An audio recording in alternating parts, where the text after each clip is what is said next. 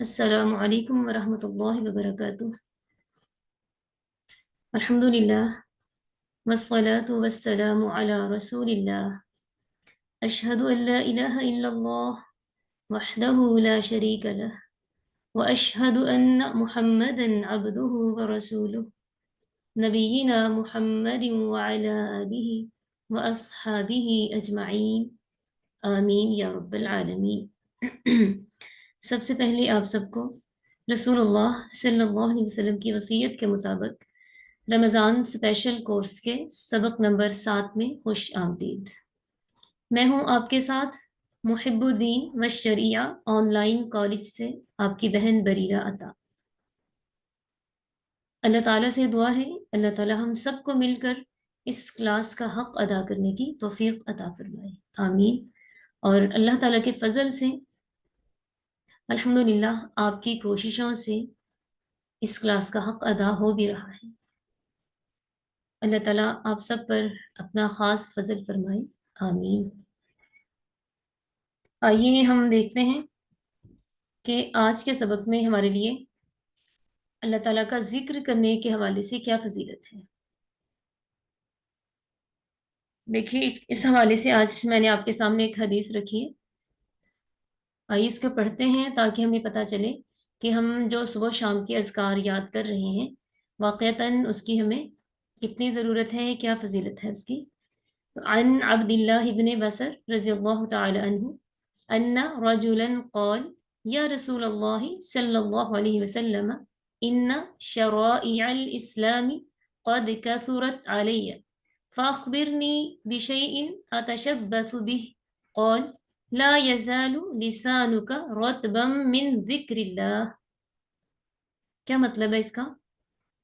حضرت عبداللہ بن بصر رضی اللہ تعالیٰ عنہ بیان کرتے ہیں ان رجلا قال کہ بے شک ایک آدمی نے کہا یا رسول اللہ، اے اللہ کے رسول، ان شرائع الاسلام، بے شک اسلام کے احکام قد کثرت علی، بہت زیادہ ہو گئے ہیں مجھ پر، فاخبرنی، تو آپ مجھے بتائیے، بشیء، کوئی ایسی بات، اتشبث بھی، کہ میں اس پر دوام اختیار کروں، یعنی اس کو مضبوطی سے تھام لوں۔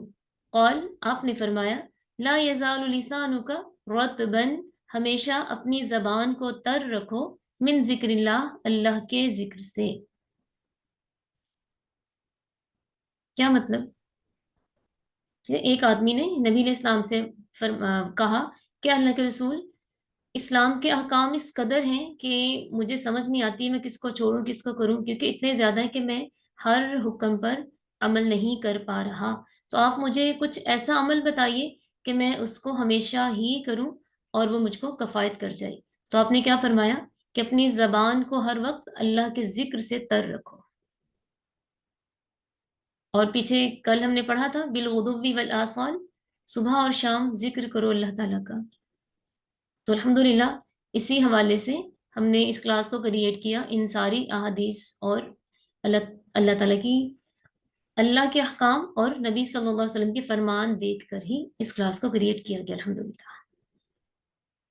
اب اس کا کیا مطلب ہے کہ انا شرائع الاسلام قد کثرت علیہ، کہ مجھ پر اسلام کے حکام بہت زیادہ ہو گئے۔ اس کا مطلب یہ ہے کہ فرائض کے علاوہ جو نفلی عبادات ہیں وہ بہت زیادہ ہو گئی ہیں، کہ یہ بھی کرنا ہے وہ بھی کرنا ہے، یہ بھی، تو مجھے سمجھ نہیں آتی میں کیا کروں کیا چھوڑ دوں، کیونکہ اتنا زیادہ ہر انسان کے بس کی بات نہیں ہے۔ لیکن ہم چاہتے ہیں کہ جو بھی ہم پر احکام لاگو ہیں، ہمیں بتائے جاتے ہیں، ہم ان کو فالو کریں، ان پر عمل کریں۔ تو دیکھیں وہ شخص کس قدر پریشان تھا نا، کہ میں اگر فلاں کام کروں گا میرا فلاں کام رہ جائے گا، فلاں کروں گا فلاں عبادت رہ جائے گی، تو میں کیا کروں، اس قدر وہ پریشان ہوا۔ تو نبی علیہ السلام کے پاس آیا تو دیکھیں اس کے لیے آسانی ہو گئی ہے۔ پر جو شخص بھی اللہ تعالیٰ کی راہ پہ نکلتا ہے تو اللہ تعالیٰ پھر اس کے لیے ضرور آسانیاں فرماتے ہیں۔ فرائض ہمارے کیا ہیں؟ وہ تو ارکان اسلام ہے نا، وہ ان کا اتنا زیادہ نہیں ہے مسئلہ کہ ہمارے ارکان اسلام 5 ہیں، اور اس کے ساتھ ساتھ کیا ہے، حقوق العباد میں کچھ فرائض ہیں ہم پر، تو وہ انسان تقریباً کر ہی لیتا ہے، کرنے والے لوگ وہ حق کر ہی لیتے ہیں ادا۔ حق تو ادا نہیں ہوتا، لیکن یہ ہے کہ وہ اپنا فرض سمجھتے ہوئے